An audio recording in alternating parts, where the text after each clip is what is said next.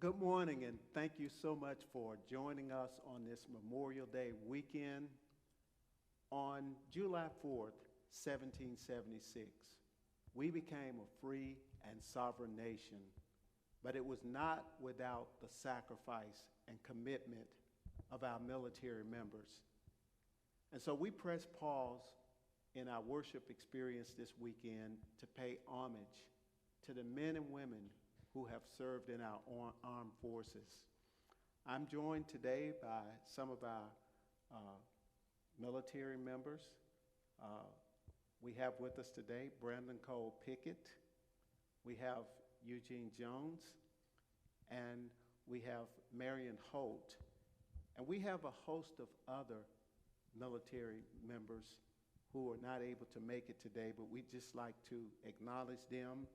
Cheryl Goodman, U.S. Navy, Tari Holt, U.S. Air Force, Danny McIntosh, U.S. Army, Eric Mabry, U.S. Army.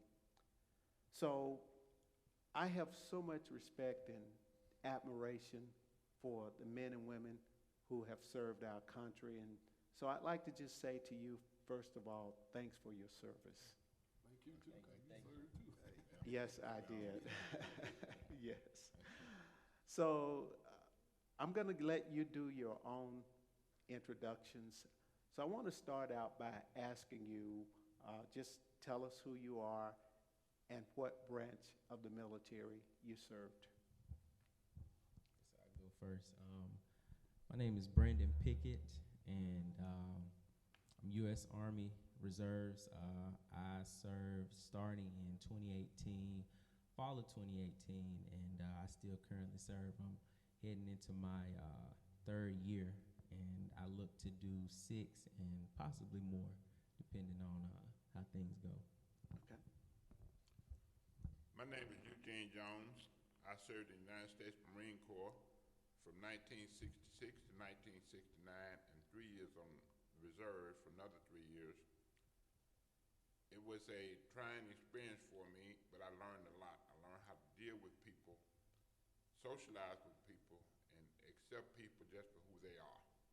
It made me the man I am, and I wouldn't trade it for anything. Okay. My name is Marion Holt. I joined the United States Navy in 1984. And I did active duty from 1984 to 1988, and then from 1988 to 1993 or 94, I can't remember. But I loved it. You know, it's the feeling you get, is the pride when people see you in that uniform to me. And you just can't explain how your family and your friends feel about you at that time. Thank you. Okay. And yours truly, Pastor Will Goodman. I served 3 active years with the U.S. Army, and I also served 15 years in the federal service with a top secret security clearance, mainly a specialist in specialized weapon systems and infrared electronics. So let's talk a little bit about, let's start with you, Brandon. What was your military occupational specialty? Well, originally when I signed up, I wanted something that could coincide with my degree, which is in electrical engineering. And so I was informed that the best MOS that could pair with that would be 25 uniform, which is basically comms, communication systems. And so I am a signal support system specialist, which essentially means that I work with different transmitting devices. So a lot of radios, a lot of different communication weapon systems, just to maintain and keep that line of communication open and accessible during crucial times. So making sure that we're always mission ready to send messages back and forth in whatever way that we need to. Okay. Well, during the 1960s, a lot happened then, and I was a child of the 60s. And there was in the mid-60s, they were getting ready to reinstall the draft because of Vietnam. And I was in that pool that was probably going to get drafted. I didn't want to go to the Army. I wasn't smart enough to go to the Air Force and Navy. So I decided to join the Marine Corps. And they shipped me to San Diego, California. And I experienced probably the most traumatic thing that happened to me in my life, dealing with other people and all the things I saw and done and experienced. I wouldn't trade it for the world. I thank the Lord that I'm still here. It was a time in my life when people honored the service. If you came home on leave, if you wore your uniform, people respected it. And they gave you a good smile and a thank you. They don't do that anymore. They talk about service people in a way that sometimes people wouldn't believe. But we're all here, and the ones that did serve and made it back alive and okay, they'll be congratulated, not criticized at all. Okay. Well, I joined in 1984. I was trying to go to the Air Force. Then my cousin saw me. The recruiting office was in Roebuck then. And my cousin, he was a recruiter at the Navy. He saw me. He said, "Cuz, where you going? Nick, where you going?" I said, "I'm going to the Air Force recruiter." He said, "No, you ain't." He said, "You coming in here with me. If anybody gonna get you here, it's gonna be family." So I joined, and he told me about electronics and electricity. He said, "You're always gonna have a job in those two." So he told me about torpedoes make, building torpedoes and testing them and running them and doing things. And I'm glad I took it because I really enjoyed it, building and putting stuff together and seeing how it worked. It was a great experience. Okay. So of course, and likewise, my military occupational specialty was electronics. Actually, early in life, I had a deep aspiration to be involved with something electrical. As a matter of fact, most of the radios or whatever we had at the house, they were torn to pieces because I was so curious about how things worked. And actually, I was as well. My preference, my military preference was the Air Force. But when I took the ASVAB, the Air Force had filled most of its electrical or electronic positions. And so the Army had vacancies. So they said, well, if you join the Army, we can take you now.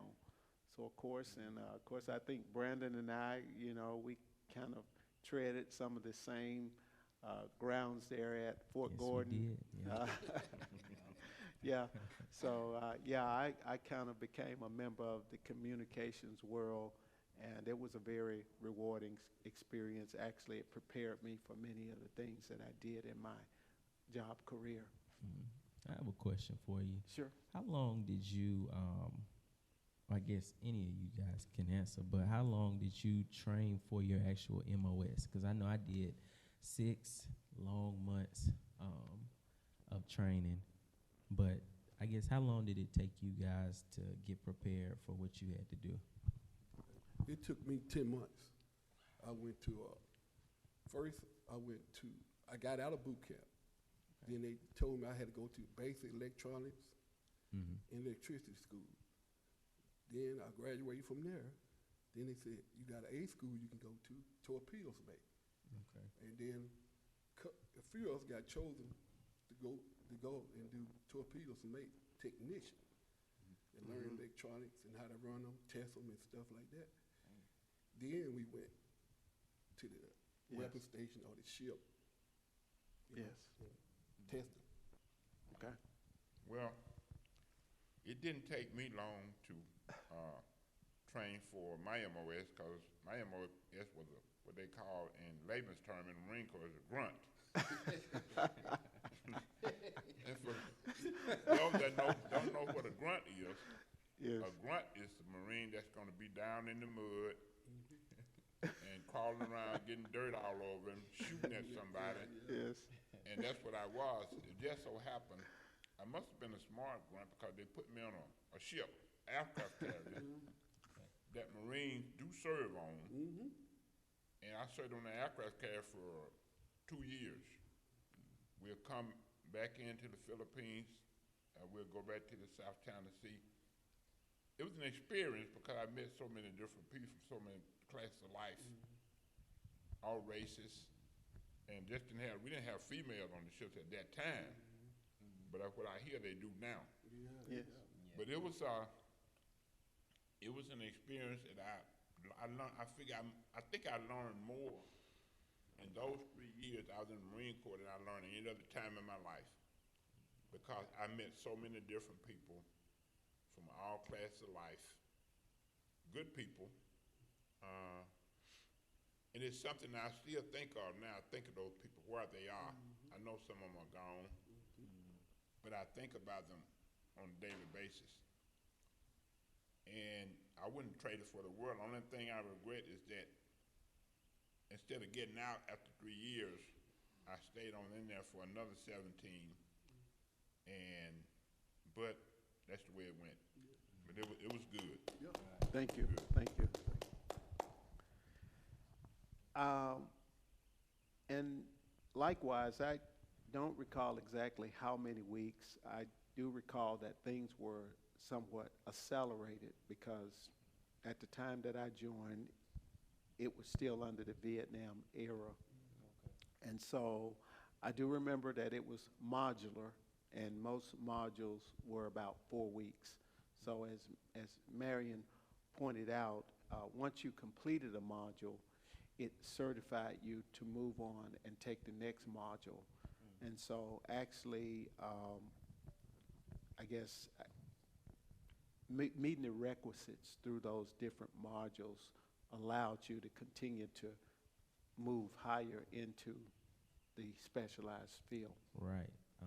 That's a lot of what I saw. I know we had to learn pretty much a weapon system within a certain period of time. And so we would spend that time period learning that weapon system. And understanding, you know, how it operated, how it was supposed to transmit, and what to do if it did not transmit in the way that it was designed to. And so, like I said, like you said, actually, we had to finish that weapon system and make sure that we were solid on that before we moved on to the next one. And so. Okay. So did you receive any medals, awards, meritorious mass, any type of special recognition during your service time? I received the Vietnamese, I forget the exact name of it because it's been so long ago. But it was the Vietnamese courageous, because we served in the combat zone on the carrier I was on, but we never went in land, but we was in that combat zone. We got combat pay and all the other stuff that went with it, serving in the combat zone. So I got the Vietnamese victorious medal. I still have the shirt. I can't put the shirt on. But you got the T-shirt. I deserved it. I earned it. Nice case or something. Yes. But that was it was pretty when they now you can look back on things like that. You didn't think much about it at the time, but now you look back on it, you're proud for what you did because you did for your country. Yes. I know as black people we hadn't been treated as equally as we should have been, but it still was. I'm glad I served. Yes. Proud of it, sir. I had a good record. You know, if I had to do it again, I probably went to the Air Force because they're smart. Better dining facilities. Oh yeah, they have a lot. Yes. I had 3 Good Conduct Award. Okay. A Meritorious Unit Award. I got a special job performance award from a real admiral, and I got a I can't think of what award for special security special forces. Okay. All right. Okay.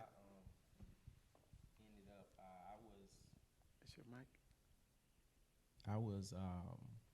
I graduated top of my class, so I got an Army Achievement I medal see your for chest that. is swelling, Brandon. I had it big now, boy. Cap seal on it. Yes.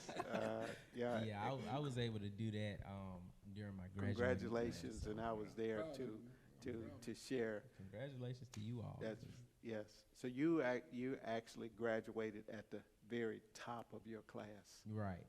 I think there were at least between 2 and 4 graduating classes, and I was able to score high enough to be the top of those classes. So I was honored at the graduation, and Wow. Awesome. Awesome. I got to, Yes. I guess go on stage and hold the flag and do a couple of things. You know, it was pretty great. It Yes. felt good. Yeah, Yes. you feel real good. Yes. I received the National Defense Medal, and of course, one Good Conduct Medal. So I wasn't as good as you, but yes. So tell us about some of your assignments. What anything that you want to highlight? I mean, did you spend any time in a theater of war? Anything special in your assignments? Now, Brendan, you I guess after you finish your military occupational specialty training, what do they call it now? AIT. So you went on from there to. Well, I chose the reservist route, so Okay. I just came home. I didn't have any commitments outside of Okay. my monthly drill. Right. The extent of what we've done so far has just been training, so I hadn't done any tours or any theaters of war, unfortunately. But maybe at some point in in the near future. So, I'll so have do a you chance think to. that the fact that people call you all weekend warriors devalues what you do, or what's your thoughts on that? I think, they call us that until they need us. So, Yeah, we Yes. we are that until, yeah, they need some backup. So Yeah. that's all I say to that. yeah, I yeah, said to that, the reserve is a very important part of the yeah. military. yes, You know, yeah, I don't think y'all should go to the war. What I think y'all should do though is when we go off, the active duty go off, y'all should come in and take our place at that base.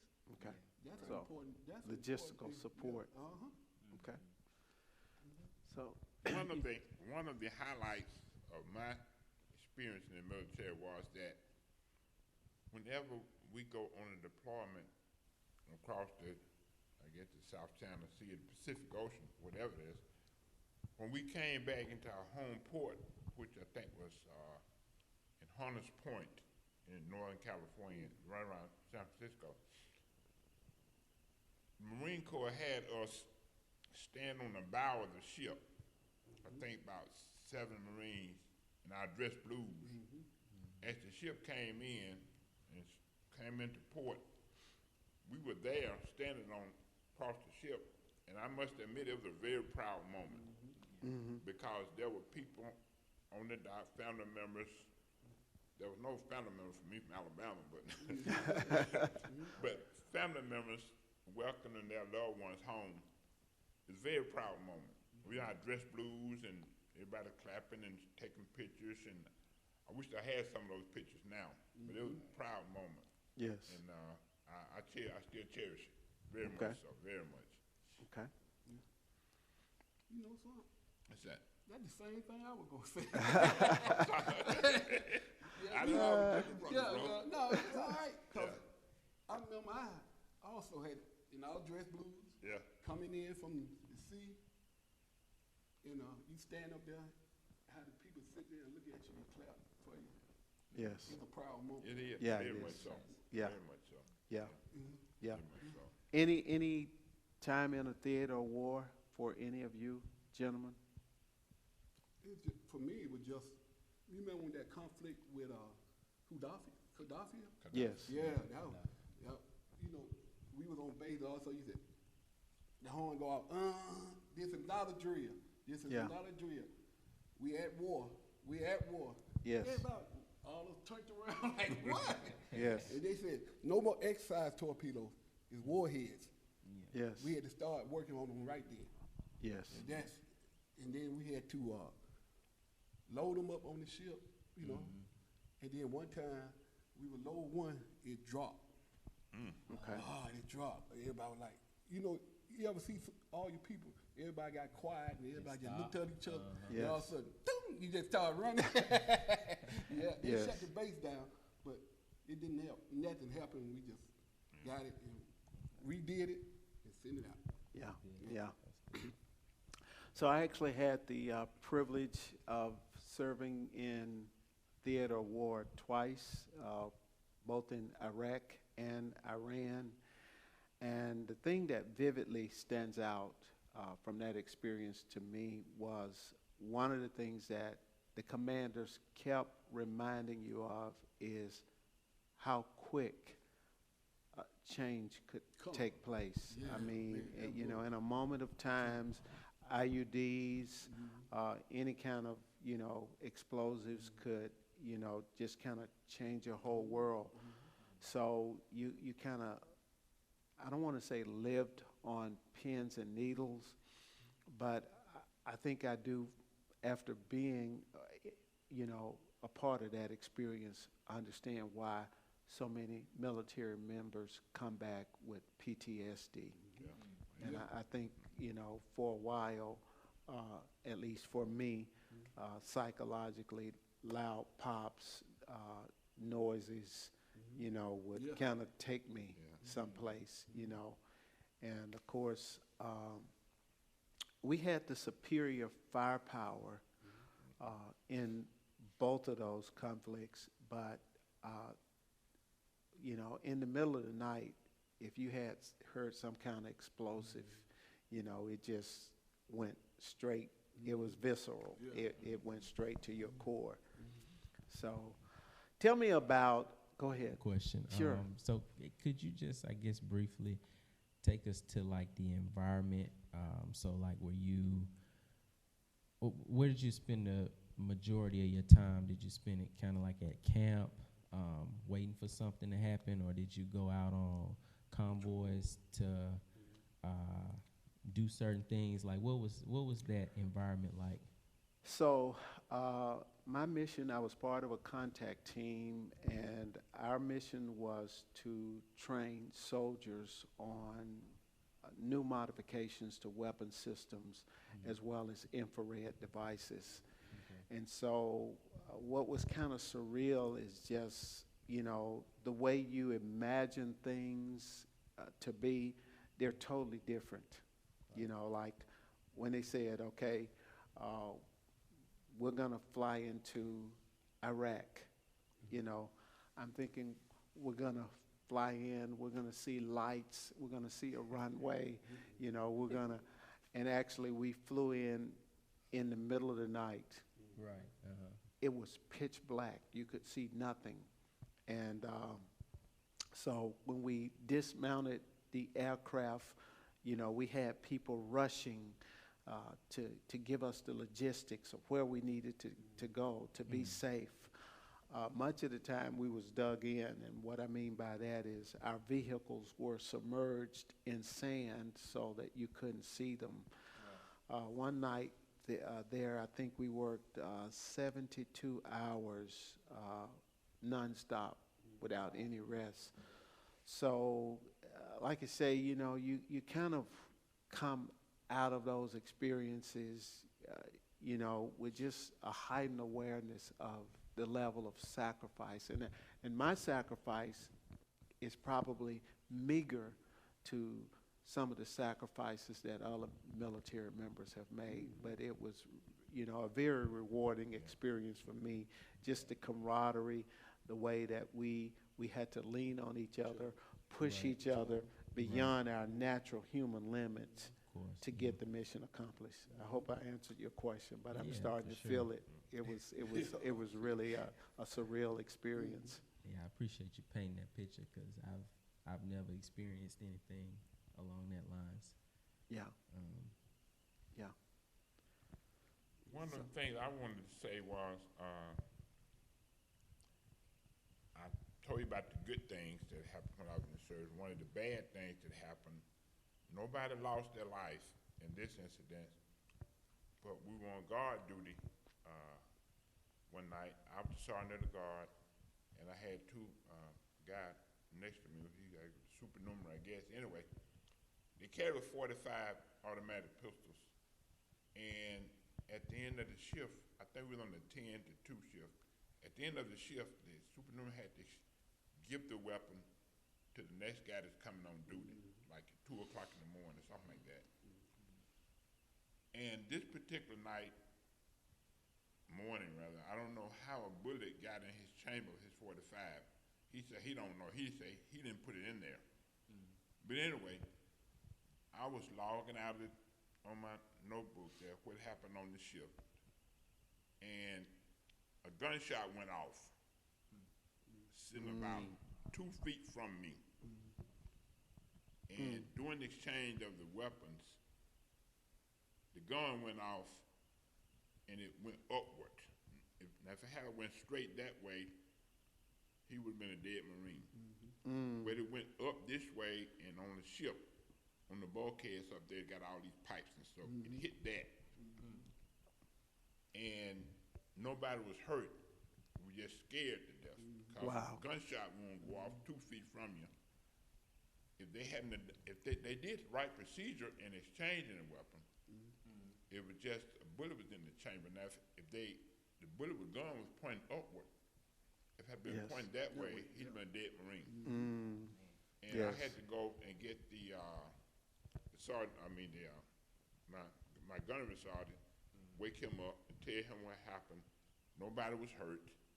We just scared, you know. Yes. And that was one of the worst nights of my life, because, you know, I I was in charge of the other people on the shift, and everything fell back on me because I was supposed, it was my duty to make sure that no gun was loaded.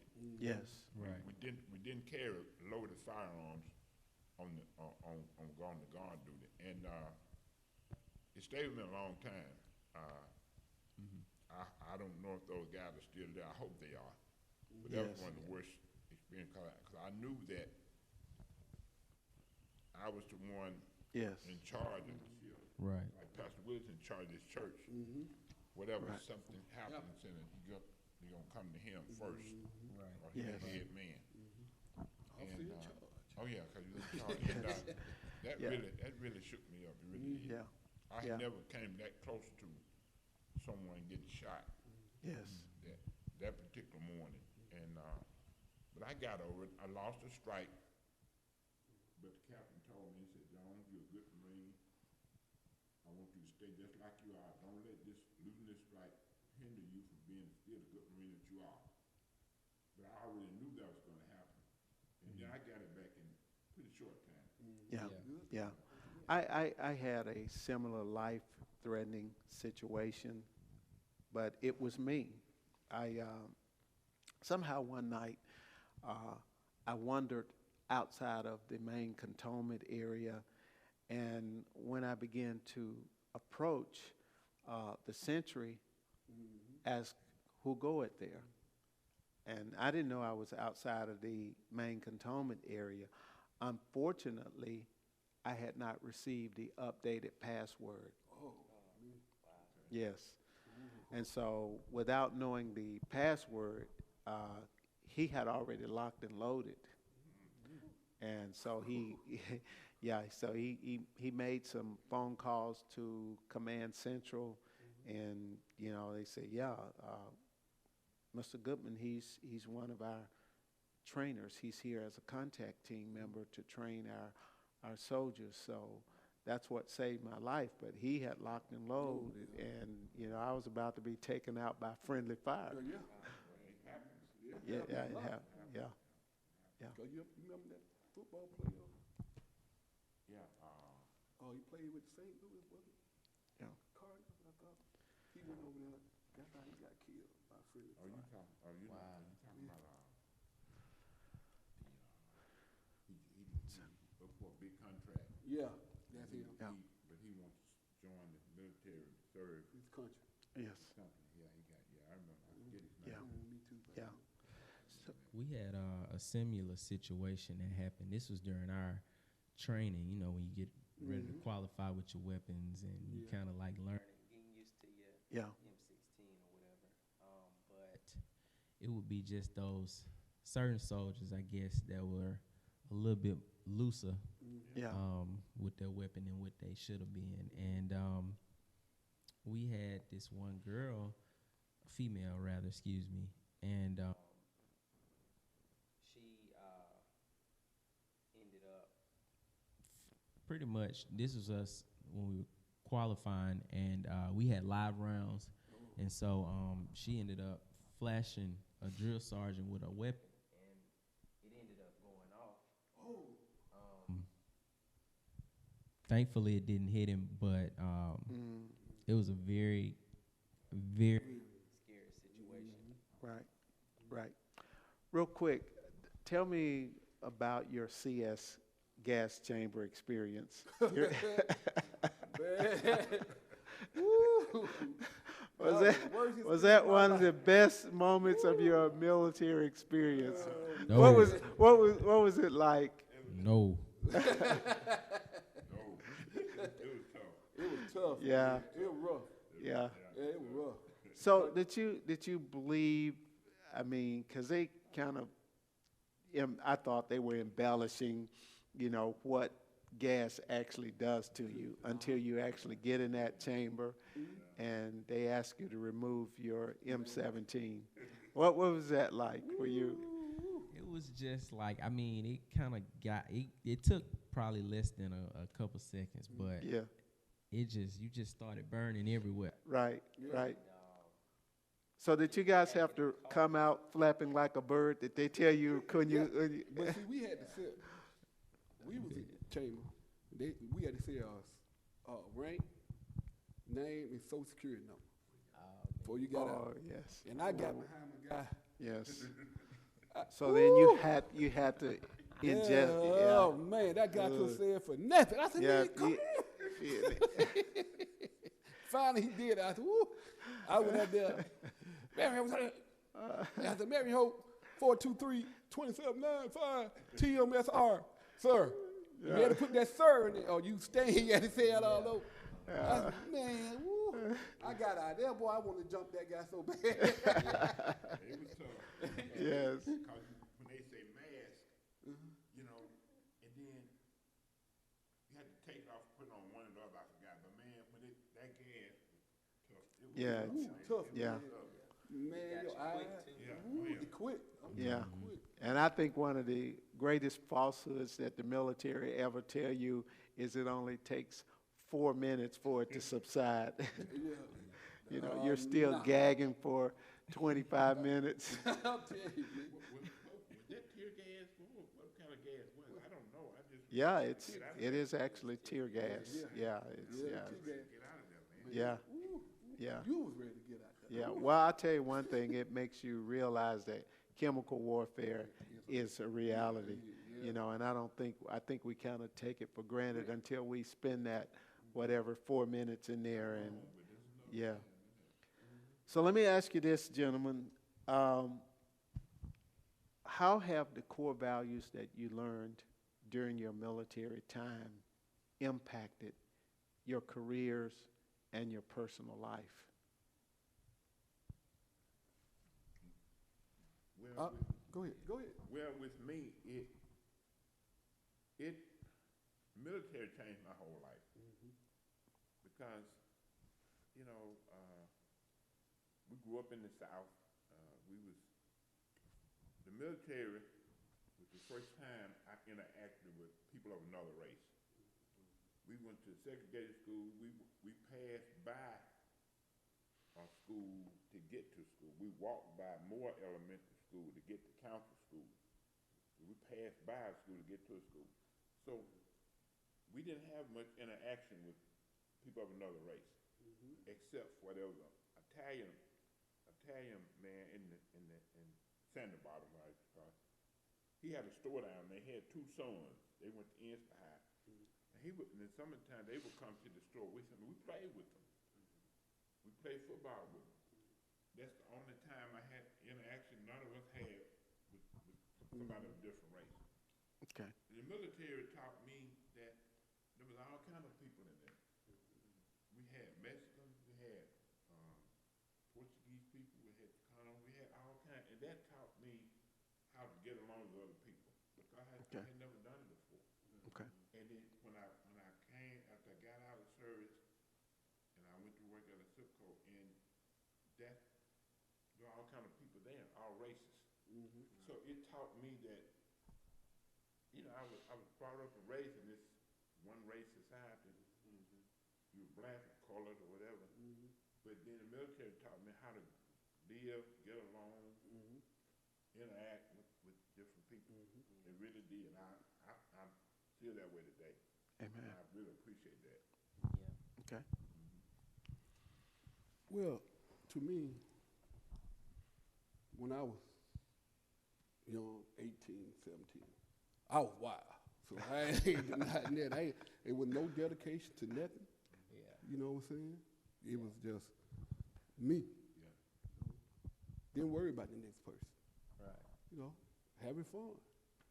Then when I joined the military, he taught me discipline. Do your job. Help your fellow. You know, treat him like you want to be treated. Even though his skin is double color yours, like my supervisor said when I was in the Navy, his name was TM1 Robert Holbrook. He taught me that we all bleed red. Yeah. We all gonna die one day. It don't make a difference. And just do your job. Love everybody. Treat everybody like you want to be treated. and you'll go far in this world. He taught me that, you know, and me and him stayed friends for a long time. Matter of fact, he made me his daughter, one of his daughters, he had by his second wife, godfather of his child. Okay. You know, so his wife was in the military too. So when they had duty, could nobody else keep the baby? And he asked me to do it because I was the godfather. I said, sure. But, you know, it don't seem like much, but that's a lot when someone trusts you, a male trusts you with his daughter, his baby daughter, you know. And, you know, it kind of made me grow up, realize what's important and what's not important. Right. And then, so my mom used to tell me all the time, you're not the same kid that left here. Because you didn't care. What you said, you care about people now, you do. And you'll be surprised once you leave your home, all you love and everything. And it make you grow. Because ain't no mama no more talking about, you can stay in bed, you got to get up. If you ain't had that thing stuck on this sick call, request, I stay in bed, you had to get out that bed, but it wasn't no staying in there. And so, you know, that's what's more important to me, how I grew up, loved it, loved being around people, making people laugh, enjoying the moment, because you never know when it's going to end. Yes. Okay. To the part where you said, you know, they taught you how to do your job, that was kind of big for me because I know during my time, one of the things that I took and it really helped me with was how to carry out business in a way of excellence. Because I know myself, you know, I was a big procrastinator. You know, I just kind of like, it was just however it got done, it just got done. And, you know, if it got done, that's great. If it didn't, it gave me pride about what I was doing. And one of the things that I'll probably never forget, one of my drill sergeants said is, it's two ways to do something. The right way and again. Yeah. And so if you don't do it the right way, then you got to do it over. And I know that just the way that I carry out business is much different than when I initially enlisted. A lot of things with what I've been able to accomplish to this point, I don't think that I would have had it not been for the course and rigorous structure that they put me through during my time in training. Okay. But what about you? Definitely. I think one of the greatest core values that I learned, as Eugene pointed out, was camaraderie and diversity. You learn that people don't have to fit in the framework or the context or perspective that you think they should fit, but you still got to learn to work with all types of people.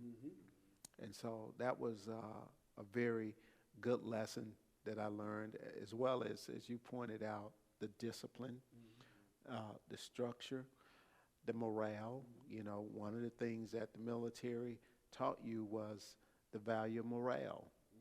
You know, you didn't have a morale problem. They got you up at 5:30 in the morning. You know, it was time to move. So, you know, whether you felt like it or not. So, yeah. You know, it's one more thing about that. I remember when we was in boot camp, you know, it's how everybody's different with worshiping God. All of us went into that one church, you know, Catholics, you know, Pentecostals, Muslim, wherever they were. We all right there, clapping, happy. Just to be glad to get away from. Yeah. Right. Yeah. Right. And we all sit up there, we hugging, you know, Yes. we hugging, enjoying it. Yeah. Then they said, like, we'll be on our 4 more week. Yep. Yeah. Yeah. I still remember that like Yeah. it was yesterday. Yeah. One final question, man. We're almost out of time, and not to politicize this too much, but would you have served if you were serving your time under the Donald Trump administration? Well, I'll start that one off. I actually did, am, and be honest, I wouldn't say that it affected me as much. I think that it's very tiered in terms of how things come down to, I guess, what level I was on, which was the bottom level. And so, you know, you have your chain of command is the way that they like to say it. So the things that I guess concern maybe the president didn't necessarily concern me at the level that I was. And so I don't think that it really made a difference to my experience. Okay. Well, I would have to say, yes, I would have, because, like I stated earlier, this was the mid-'60s, riots, Vietnam, everything going on. I was going to get drafted anyway. I wasn't going. I was in the age group, and all the things that I was in that group that was going to get drafted anyway. So if Trump or anybody else having a president, I really didn't have a choice. I was going to have to go anyway. Okay. But now if I had to volunteer, but I ended up volunteering anyway because I was going to be drafted anyway. But if I had my choices, and I know what the man was like, probably not, but I didn't have a choice. Okay. So I was going to get drafted in, so I would have served anyway. I was going to get drafted anyway at that particular time in 1966. Okay. They were getting ready to put it back in because of Vietnam. Okay. I think what I know now, yes, I probably would have, because their experience, I'm not doing it for him, president, I'm doing it for my family, friends, country, the love of it. I know we were slaves, but if you look back how far we came for this country, and you know, you look around it, it's the best country in the world. If you go out there and see how other countries are, you'll be loved. You'll love this country. I'm telling you, you will love this country. Yes. And some of the guys you meet, and they tell you in the best country. Yeah. You know, I forgot, the guy was from Iraq. He was a soldier over there. He was over here training. And he told me something I'd never thought. He said, I'll give my life to be over here. I said, you know, he said, I don't care. Sure, everybody, people going to be people. But he said, there's a lot more good people out there that care about it. Yes. And he said, you don't know how good you have it. Yes. See, Yeah. he said, like he told me, you over there, it's just terrible. Yes. That's what he told me. Yes. So I took Amen. that to heart, you know. Yeah. And so it boils down to allegiance to the country and not a personality. And of course, I know that people say former President Donald Trump denied the draft 5 times. And of course, we know he can be very disparaging. But the bottom line is we love this nation. And we chose to serve and sacrifice for this nation. And we thank God so much for all of the service members from generations, and especially those who paid the ultimate price that we might enjoy the freedom that we did enjoy today. Thank you so much for joining us. And I'm going to ask these men, if you would just bow with me as we thank God for the men and women who have served in our armed forces. Father, we thank you for a nation where we're free. Thank you for the gift and the privilege of freedom. We thank you, God, for all of those who served, and especially for those this weekend who paid the ultimate sacrifice for freedom. We thank you, Lord. We ask you to continue to bless these United States of America. We love you, we praise you, and we thank you in Jesus' name.